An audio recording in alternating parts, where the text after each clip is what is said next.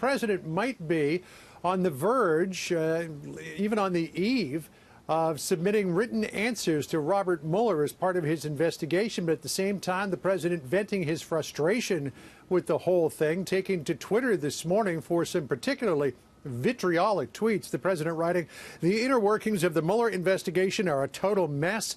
They have found no collusion and have gone absolutely nuts. They are screaming and shouting at people, horribly threatening them to come up with the answers they want. They are a disgrace to our nation and don't care how many lives they ruin." The president also tweeting, "Universities will someday study what highly conflicted and not Senate-approved Bob Mueller and his gang of Democrat thugs have done to destroy people. Why is he protecting crooked Hillary, Comey, McCabe, Lisa Page and her lover Peter Strzok, and all of his friends on the other side?" The president and his attorneys are making a final decision in the next 24 to 48 hours as to whether or not they will give Robert Mueller the written answers to questions that he is looking for and what answers they might give to him. I'm told that they are positively inclined to do it. They could do it as soon as tomorrow. But as anything happens around here at the White House, or as with anything that happens around here at the White House, Sandra, subject to change. John, of course. And what more do we know about the top White House aide that Melania called out?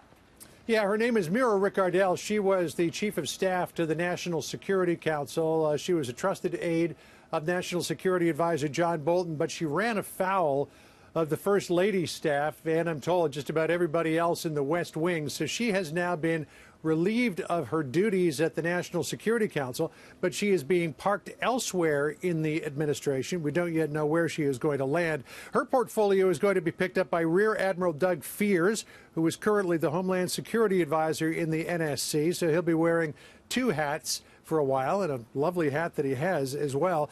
And while the president told the Daily Caller in an interview that he has not yet made a decision whether to replace DHS Secretary Kirstjen Nielsen, the president is considering some other candidates, Fox News is told. Names that have been floated include the current TSA administrator, David Pekoske, who, like Fears, is a former Coast Guard, as well as the former Homeland Security Advisor, Tom Bossert.